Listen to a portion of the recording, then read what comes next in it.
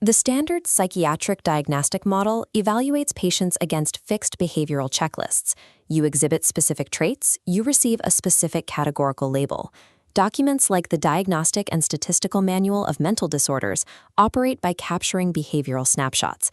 They record a patient's outward presentation at a highly specific moment in time.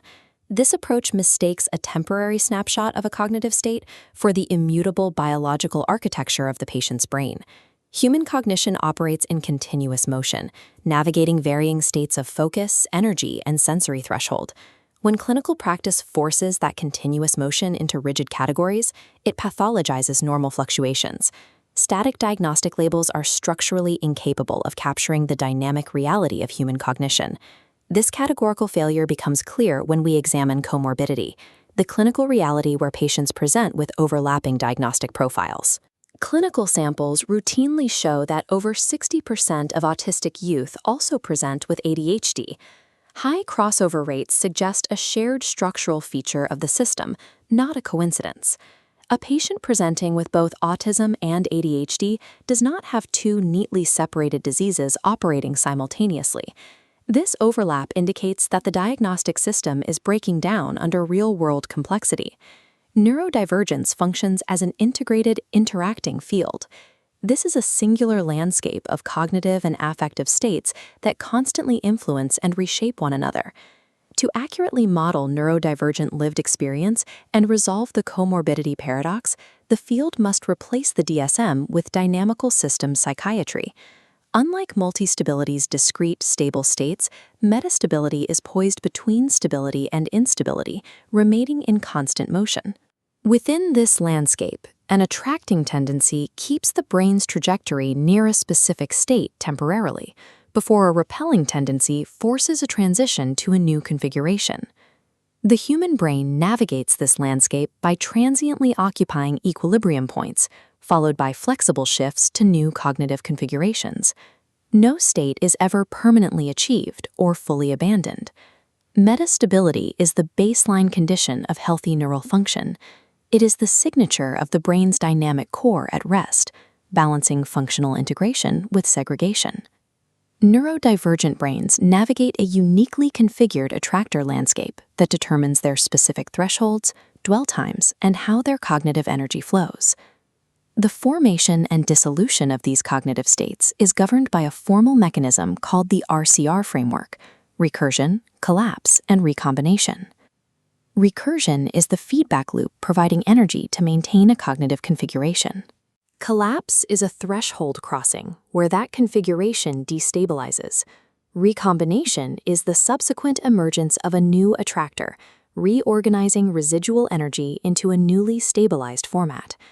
What clinicians frequently pathologize as an episodic breakdown is the necessary structural collapse and recombination required for the cognitive system to adapt to its environment.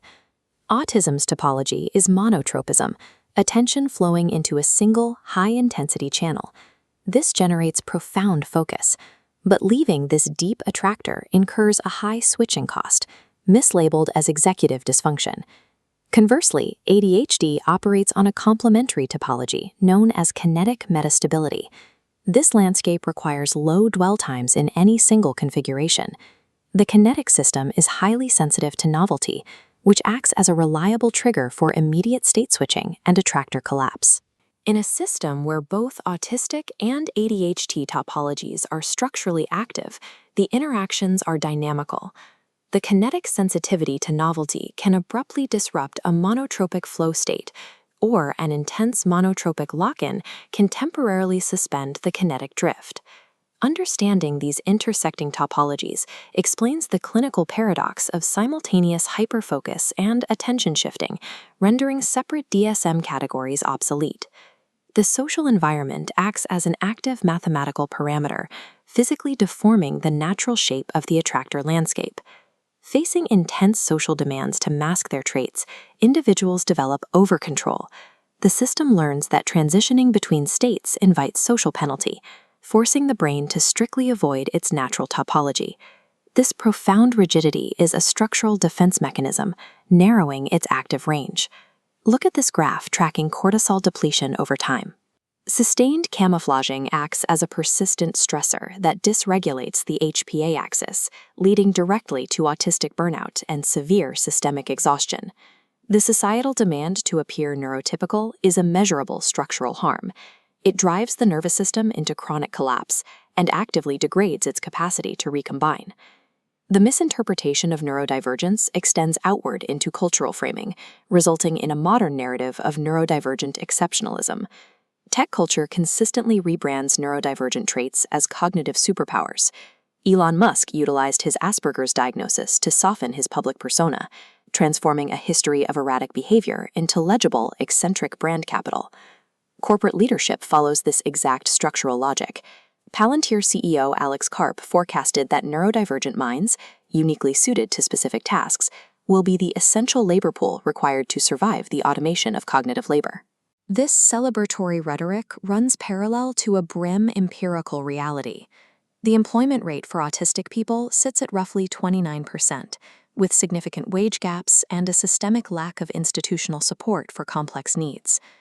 Applying capitalist metrics to human lives harvests selective cognitive traits for market value, while abandoning the individuals whose strengths are not easily monetized.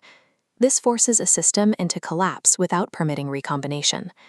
Rejecting the extraction model requires an entirely new ethical standard for practice, an approach called cognitive cartography. Cognitive cartography is the ongoing, recursive process of mapping one's own movement through the attractor landscape in real time, focusing on how the system moves rather than diagnosing a fixed location. Because masking obscures the true topological reality from outside observers, the lived first-person experience of navigating the landscape holds systematic structural priority over external behavioral assessment. This dictates a shift in clinical support. Instead of targeting behavioral outputs to force compliance with normative neurotypical templates, therapy must focus on mapping the system's motion and supporting healthy recombination pathways. True accessibility means adjusting the parameter values of an environment, removing gratuitous collapse triggers so the individual's cognitive system can move with structural integrity. The neurodivergent mind is a continuously moving field of varying thresholds and interconnected topologies. It cannot be categorized by static checklists, it cannot be owned as an extractable asset, and it can only be honestly mapped by those navigating it from the inside.